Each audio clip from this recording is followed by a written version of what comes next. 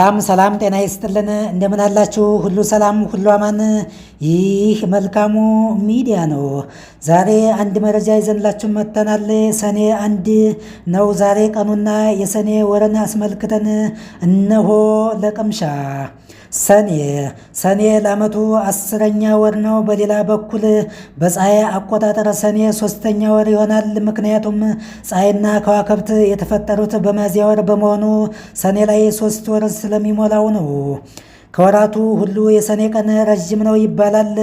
የሰኔ ቀንና የታኅሳስ ወር ሌሊት 14 ሰዓታት ይይዛሉ። ሰኔ ለብቻው የሚባለውም ሰኔ ከሌሎች ወራት የተለየ መሆኑን ለማመላከት ነው።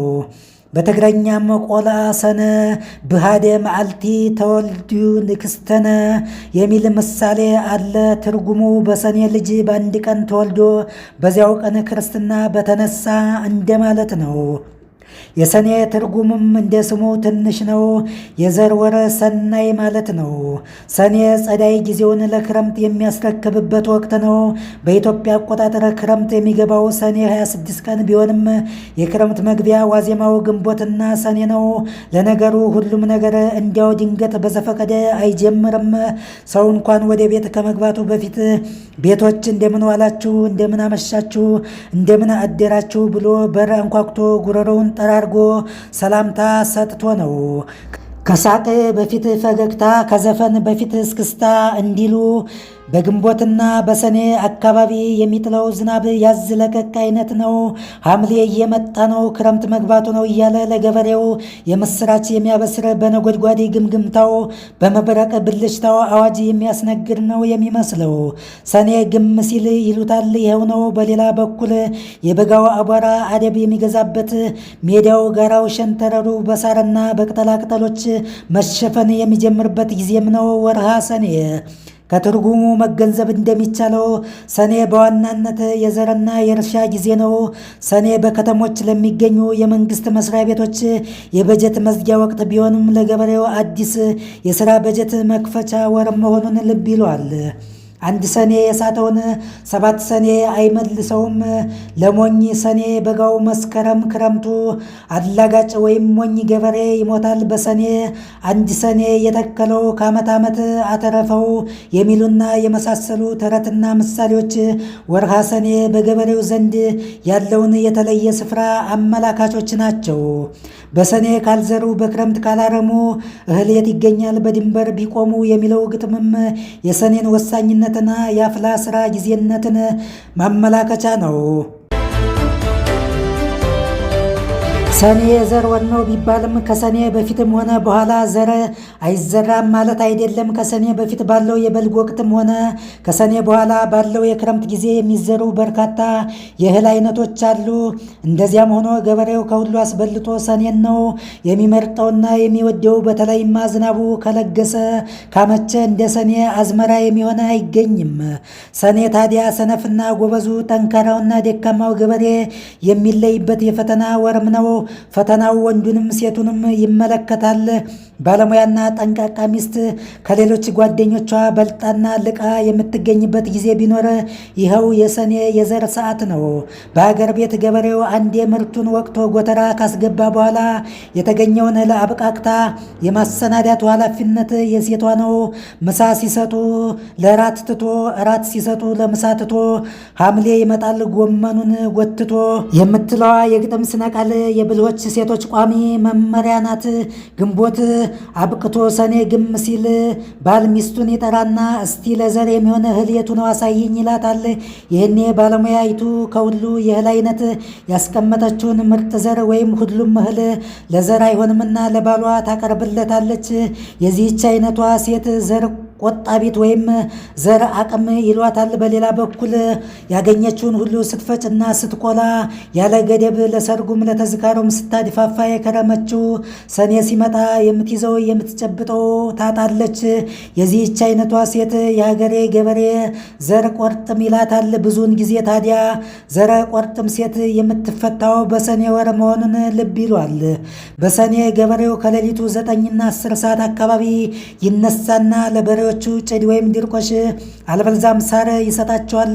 ሚስትም ከባሏ ቀደም ብላ በመነሳት እህል ትፈጫለች። ለባሏ ለልጆቿ የሚሆን ምሳ ታሰናዳለች።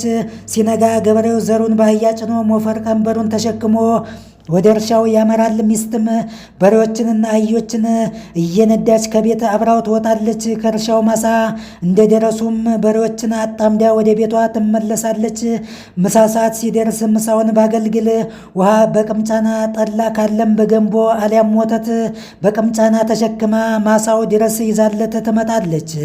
ባል የመጣለትን ምሳ ከዛፍ ጥላ ስር ቁጭ ብሎ እስኪበላ ድረስ ሚስት ለበሬዎቹ ጭድ ትሰጣቸዋለች፣ ውሃ ታጠጣቸዋለች። እዚህ ላይ ከምሳው ጋር የተያዘች አንዲት ነገር ባወጋችሁስ? በአብዛኛው የሀገራችን ክፍል ለገበሬው የሚወሰደው ምሳ ውስጡ ብቻ ሳይሆን ጀርባው ጭምር በሽሮ ወጥ የራሰ መሆን አለበት። የዋግ ኽምራ ገበሬዎች ግን በምሳ ሰዓት እንጀራ በወጥ ወይ ወጥ የነካው እንጀራ አይበሉም። በዋግ ኽምራዎች ዘንድ እንጀራ በወጥ ከቤት ውጭ መብላት እንደ ነውር ይቆጠራል። በመሆኑም ሚስት ለባሏ በእንጀራ ምትክ የከተማ ጎረምሳ በሁለት እጆቹ ማንሳት የማይችለውን ቂጣ ነው የምትወስድለት። ለማወራረጃ ግን አንድ ትልቅ ቅምጫና ውሃ ወይም ጠላ አለበለዚያም ወተት መኖር አለበት። ባለ እርሻ ውሎ ሲመለስ ሚስት ጥቅሉን ተቀብላ እግሩን ታጥበዋለች። ከራት በፊት ማቆያ የሚሆን በኑግና በማር የታሸ የገብስ ቆሎ ወይም የባቄላ ቅቅል ከጠላ ጋር ታቀርብለታለች። ከምሳው በስተቀር ሌላው ስርዓት ከዋግ ኽምራ ውጭ በሌላው የኢትዮጵያ ክፍልም የሚደረግ ቢሆንም ጠላን በተመለከተ የዋግ ኽምራው ይለያል። ይኸውም በዋግ ኽምራ በሰኔ ወር በሁሉም ገበሬ ቤት ጠላ ከቤት ፈጽሞ አይጠፋም። ሰኔ ለገበሬው የጥድፊያና የሽሚያ ወቅት ነው ብለናል። የሀገሬ ገበሬ ወቅቱን ጠብቀው ለሰዓቱን አይተው ካልዘሩ አዝመራው የሚያመልጥ መሆኑን ለማመልከት በዘይቤያዊ አነጋገሩ ሽልና ዘር በሞፈር ቀዳዳ ያመልጣል ይላል። እያንዳንዱ የሰኔ ቀን ለገበሬው ወርቅ ናት። ከዚህ የተነሳ ይመስላል ከአፄ ኃይለሥላሴ በፊት በነበሩት የነገስታት ስርዓት ወቅት ገበሬውን በፍርድ ቤት ለሰኔ ወር መቅጠር ክልክል ነበር ይባላል። በሰኔ ወርና በስራ ቀን የሚሞት ሰውም ቢሆን ቀባሪው እስከዚህም ነው የሚሆነው። አንድ ዘመዱ በሰኔ ወር በስራ ቀን የሞተችበት አልቃሽ አንቺስ አበዛሽው ቅዳሜ መሞትሽ፣ እሁድ አትሞችም ወይ እንደ ድህነትሽ? አንቺም ቀበጤ ነሽ ሐሙስ ቀን መሞትሽ፣ እሁድ አትሞችም ወይ እንደ ድህነትሽ? በማለት ያንጎራጎረው ለዚሁ ነው። እዚህ ላይ በሰኔ ቅዳሜም የስራ ቀን እንደሚሆን ልብ ይሏል። ገበሬው ስራን የመውደዱን ያህል ሃይማኖቱንና ባህል ወግ ስርዓቱን ያከብራል። ሰኔ ግን ይህንንም ታሽራለች። አንድ ገበሬ መሬቱን አለስልሶ ዘሩን አሰናድቶ ሰኞ ዕለት ለመዝራት ተዘጋጅቶ እያለ ድንገት በሬዎቹ ጠፉበት። ሰኔና ሰኞ ገጠሙበት እንበል። ሳምንቱን በሙሉ ከሰኞ እስከ ዓርብ ቢፈልግ ቢባዝን ላይታች ቢወጣ ቢወርድ ሊያገኛቸው አልቻለም። በመጨረሻ ተስፋ ቆርጦ ወደ ቤቱ ሊመለስ ሲል ዓርብ ማታ በሬዎቹን አገኛቸው። እንዳጋጣሚ ሆኖ ሰኔ ሊያልቅ አንድ ቀን ብቻ ነበር የቀረችው። ያቺ ቀን ደግሞ ቅዳሜ ነበረች። ገበሬው አወጣ ወረደ፣ አሰላሰለ፣ አሰበ። በመጨረሻ ከነ ቤተሰቡ ዓመቱን በሙሉ ከምዕራብ ከምጠማ በቀረችው አንዲት ቅዳሜ ዘርቼ ልቀጣ ንስሐ ገባለሁ ይልና ቅዳሜ ማለዳ ጠምዶ እርሻውን ያስኬደው ውሃ በሬ ይል ጀመር። በዚህ መካከል አንድ ቄስ ይመጡና እንዴት በቀዳሚት ሰንበት ታርሳለህ? ፍታ ይሉታል። ገበሬው በበኩሉ ችግሩን ሁሉ ነግረው ይቅርታ እንዲያደርጉለት ለመናቸው። ንስሐ እንዲሰጡትም ተማጸናቸው። ቄሱ ግን ልመናውን ከምንም ሳይቆጥሩ እምቢ ካልክ ገዝቻለሁ አሉት። በዚህም ጊዜ ገበሬው በሬዎችን አቁሞ በሉ ይፍቱኝ አባ እያለ በያዘው ጅራፍ ቄሱን ይገርፋቸው ጀመረ። በጅራፍ ግርፋት የተንገበገቡት ቄስም የነፍስ አድን ሩጫ እየሮጡ እግር ያውጭኝ እያሉ እሺ ፈትቻለሁ ማለት ጀመሩ። ገበሬው ግን በቄሱ አድራጎት ከልቡ ተናዶ ነበርና በዜማ ይፍቱኝ እያለ አዜማቸው እንዲያንጎራጉሩ አደረጋቸው ይባላል። ከህዳርና ሐምሌ ወራት ቀጥሎ ለእረኛ ተስማሚ ወር ሰኔ ነው። ምክንያቱም በመከር የተጠቁት የተሰረሩት የቤት እንስሳት መውለድ የሚጀምሩት በሰኔ በመሆኑ ወቅቱ ወተት የሚገኝበት ጊዜ ስለመሆኑ ነው የሚነገርለት።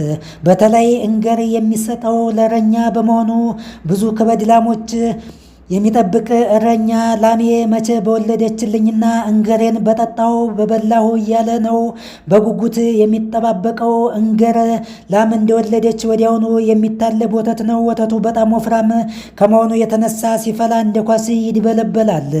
የሚገርመው የሚድበለበለው የእንገር ወተት ብዙውን ጊዜ የጥጃ ራስ ቅርጽ ይዞ ነው የሚገኘው። ይህም እጅግ በጣም ያስደንቃል። ደጋግሞ እንገር የሚጠጣ እረኛ የክረምቱን ቁርና ዝናብ በቀላሉ መቋቋም ይችላል። እረኛው ከእንገርና ከከብት ወተት በተጨማሪ የፍየል ወተትንም እየማገ ነው የሚውለው። እረኛ በሰኔ የሚመገበው ምግብ በፕሮቲንና በቅቤ የበለጸገ ብቻ አይደለም።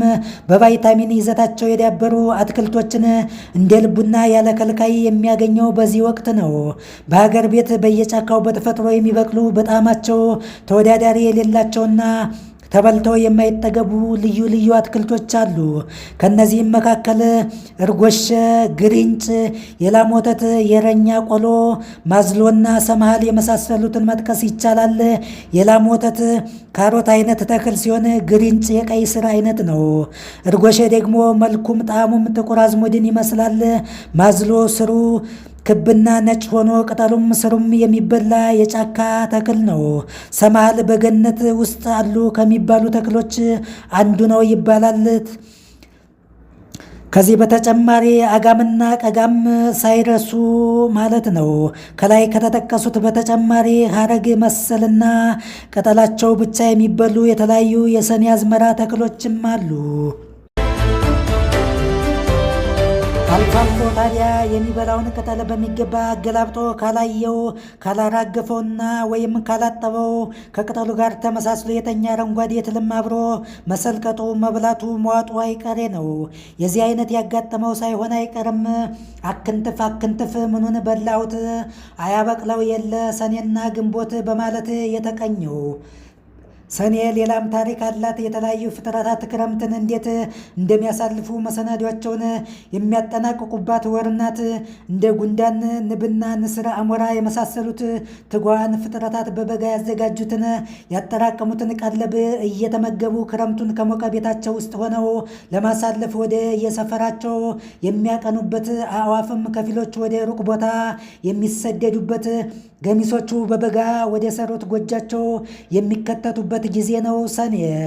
ጅግራዎች የበጋ ወቅት የህብረት ኑሯቸውን በመተው ባልና ሚስት መልክ ጥንድ ጥንድ እየሆኑ ጎጆ የሚወጡትም በሰኔ ነው።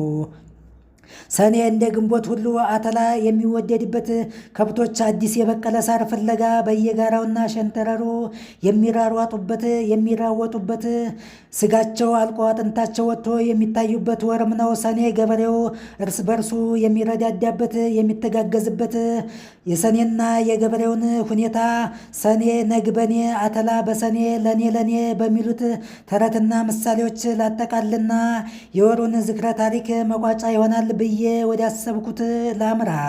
ሰኔ ከገበሬው ሌላ ከዘመናዊ ትምህርት ቤት ተማሪ ጋርም የጠበቀ ትስስር አለው። ሰኔ የፈተና ወቅት ተማሪው ዓመት ሙሉ የለፋበትን ውጤት የሚቀበልበት ብሎም ትምህርት ቤት ለ2 ወራት ያህል የሚዘጋበት በመሆኑ በመማር ማስተማር ሂደት የራሱ የሆነ የጎላ ምዕራፍ አለው። በተለይ የዓመቱን ትምህርት ማብቃት ምክንያት በማድረግ በየትምህርት ቤቱ የሚደረገው ዝግጅት ትውስታው በቀላሉ ከአእምሮ የሚጠፋ አይደለም። በውጤታቸው፣ በጠባያቸው፣ በስፖርት፣ በስነ ጽሁፍ፣ በተለያዩ ክበቦች እንቅስቃሴያቸው በሚያስመዘግቧቸው ውጤቶች የሚሸለሙት የሚሾሙት ብቻ ሳይሆኑ ሌላው ተማሪም ቢሆን በሰኔ በአእምሮ የትምህርት ቤቱን ሁለንተናዊ ዓመታዊ ትዝታውን ተሸክሞ አዝሎ ወደ ቤቱ የሚመለሰው። ተማሪዎች በየክፍላቸው አንድ ላይ ተሰባስበው ነው ወይ ልንለያይ ልንበታተን ዳግመኛ ለመምጣት ተስፋ ሳይኖረን በማለት ከልብ በመነጨ ፍቅር እየተላቀሱ ሲለያዩ ማየት በሰኔ የተለመደ ትዕይንት ነው። ይህ በጋ ከክረምት ከትምህርት ቤት ሳይለዩ ሰፈርና አካባቢ ሳይቀይሩ ለሚከርሙ የከተማ ልጆች ግን አይመለከትም። የሰኔን ዝክረ ነገር የምንቋጨው በዚህች ወር ከተከናወኑ ታሪካዊና መንፈሳዊ ክንዋኔዎች መካከል ዋና ዋናዎቹን እነሆ ለቅምሻ። ሰኔ 7 ቀን በእመቤታችን ስም የተሰራው የመጀመሪያው ቤተ መቅደስ ቤተ ክርስቲያን ተከፈተ። ሰኔ 8 ቀን ጌታችን በስደቱ ጊዜ ከድንጋይ ውሃ አፈለቀ። ሰኔ 10 ቀን 312 ዓ.ም ንጉሥ ቆስጠንጢኖስ ተዘግተው የነበሩትን አብያተ ክርስቲያናት በአዋጅ አስከፈተ፣ ጣዖታትንም አስወገደ። ሰኔ 12 ቀን ቅዱስ ላሊበላ አረፈ። ሰኔ 17 ቀን አቡነ ገሪማ ያረፉበት ቀን ነው። ሰኔ 15 ቀን ቅዱስ ገብርኤል ዮሴፍ እመቤታችንን የጠብቃት ዘንድ እንዲወስድ በሕልም ነገረው። ሰኔ 21 ቀን በእመቤታችን ስም በ3 ደንጊያዎች ቤተ ክርስቲያን ተሰራ። ሰኔ 21 ቀን 1951 ዓ.ም የመጀመሪያው ኢትዮጵያዊ ፓትርያርክ ብፁዕ ወቅዱስ አቡነ ባስልዮስ ተሾሙ። ሰኔ 23 ቀን ንጉሥ ሰለሞን ወይም የዳዊት ልጅ እረፍት መታሰቢያ ቀን ነው። ሰኔ 24 ቀን 1857 ዓ.ም አፄ ምኒልክ ከመቅደላ አመልጠው ወጡ። ሰኔ 25 ቀን የጸደይ ወቅት ማብቂያ። ሰኔ 25 ቀን ሐዋርያው ይሁዳ በሰማዕትነት ሞተ። ሰኔ 26 ቀን የዘመነ ክረምት መጀመሪያ። ሰኔ 28 ቀን 1881 ዓ.ም ራስ ጎበና ዳጨ ያረፉበት ቀን ነው። ሰኔ 29 ቀን 1445 ዓ.ም የዘርዓ ያዕቆብ ወንድም ንጉሥ ቴዎድሮስ ወልደ አንበሳ ያረፉበት ቀን ነው። ሰኔ 30 ቀን መጥምቀ መለኮት ዮሐንስ የተወለደበት ዕለት ነው። ውድ አድማጭ ተመልካቾቻችን ለዛሬ ያዝንላችሁ የሰኔ ወርን የተመለከተ ዝክረ ወራት እዚህ ላይ እናበቃለን። እናንተም ጊዜ፣ ገንዘብ፣ ጉልበት፣ ልብና ጆሮ ህሊናችሁን በቅነት ሰጥታችሁ አብራችሁን ስለዘለቃችሁ እጅግ በጣም እናመሰግናለን። ክብረት ይስጥልን። ሌላ ጊዜ በሌላ መረጃ ዳግመኛ እስከምንገናኝ መልካሙን ሁሉ እንመኝላችኋለን። መልካሙ ሚዲያ ታማኝ የመረጃ ምንጭ